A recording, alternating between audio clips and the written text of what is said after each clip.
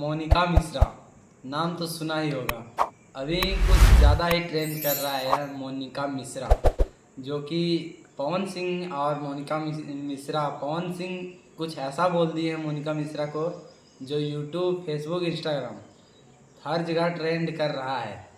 तो अभी मतलब पवन सिंह कुछ बोले हैं, शायद प्रपोज भी कर दिए हैं। नहीं, मैं नहीं मानता।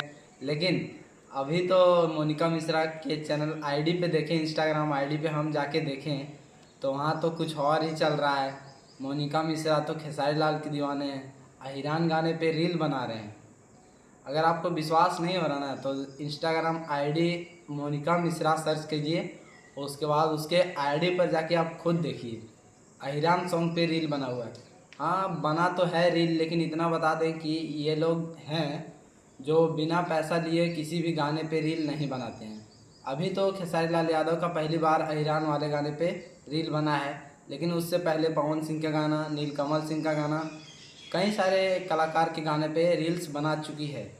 तो इतना बता दें कि ये फ्री में रील नहीं बनाती है किसी गाने पे, उस गाने के द्वारा पैसा दिया जाता है, उस गाने के मालिक के द्वारा पैसा दिया जाता है उसको, तब रील बनाती है।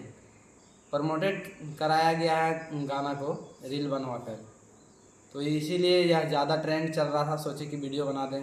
ठीक है, मिलते हैं आप लोगों के साथ नेक्स्ट वीडियो में।